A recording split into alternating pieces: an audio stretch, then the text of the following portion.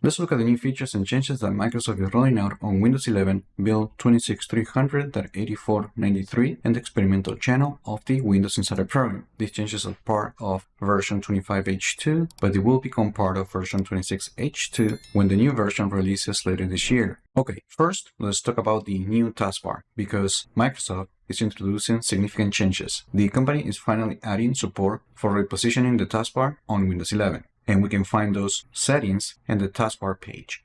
So here we just go to personalization, then on taskbar. Right here on taskbar behaviors, we're going to find a new taskbar positioning setting that allows you to place the taskbar at the top of the screen, to the left, to the right, and bottom. According to the company, flyouts, tooltips, and animations will continue to originate from the taskbar regardless of the position of the screen.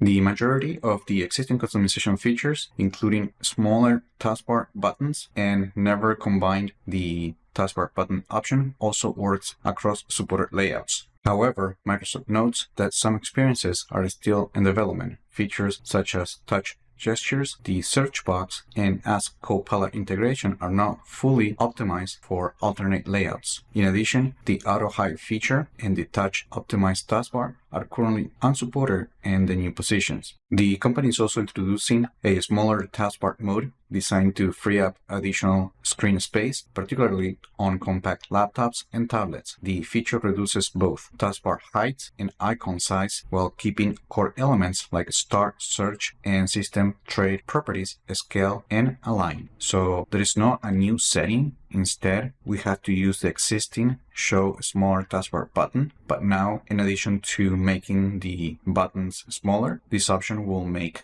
the taskbar smaller. As you can see it right here.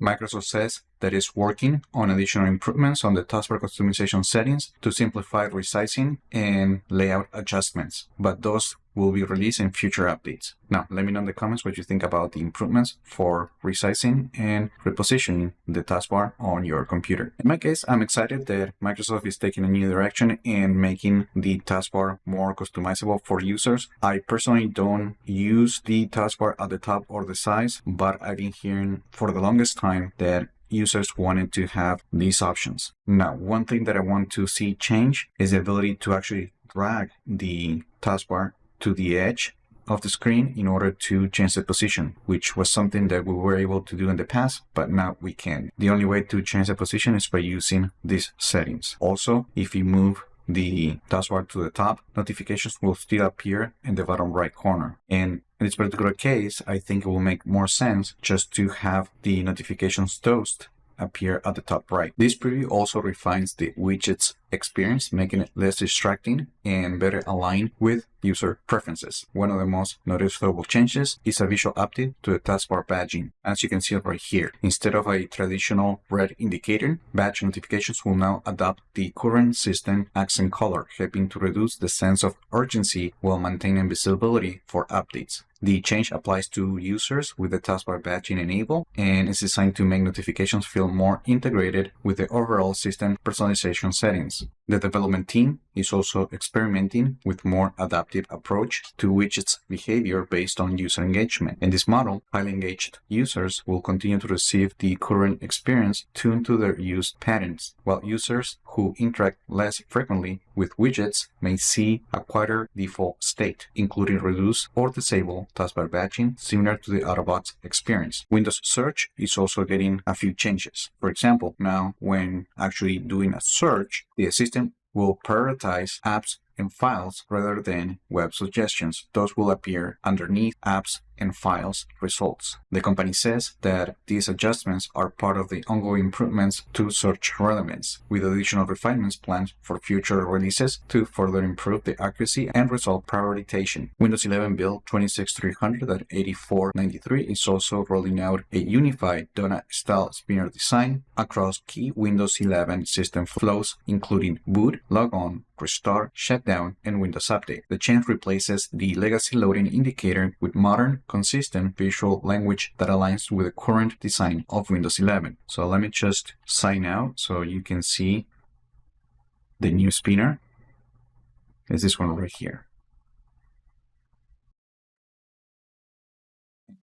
While logging in, we also get that new unified donut style spinner. Alongside the new spinner style, users will see an updated state text such as restarting, working on updates, and welcome depending on the system state. The goal is to improve visual consistency across core experiences and enhance reliability during system transitions. Other improvements include Microsoft improving the performance when logging in into your Windows 11 account. The company is also improving reliability when switching between multiple desktops, and the company is even improving the dism command, specifically the one that restores the health of the system. And finally, fluid dictation in voice access and voice typing is expanding support for Spanish and French. Now, how to enable the new features on Windows 11 build 26300.8493? Well, now pretty much all the features that Microsoft advertises will be turned on by default in the experimental channel. Now, if one or more are not present on your installation, just go to Settings, and then from the Windows Insider Program Settings, make sure to go to Feature Flags. And here, that's where you're going to find all the flags that allows you to enable the features that Microsoft is promoting in the latest preview build. So here we can see that we have the search improvements. The default is to allow the system to enable or disable them automatically, but you can force them by selecting the enable option. And then we also have the alternate taskbar positions. You can see the consistent solid donut spinner, fluid dictation language expansion for voice access and voice typing. And here's the option to enable the smaller taskbar, which I enabled previously. Once you do that, just click the Apply Changes button and then restart the computer. And that's it. That's basically all you need to know about Windows 11 build 26300.8493 in the experimental channel. Let me know in the comments what you think about all these changes. Like the video, share it, subscribe to the channel if you haven't done that yet, and I just hope this video was informative for you, and I would like to thank you for viewing.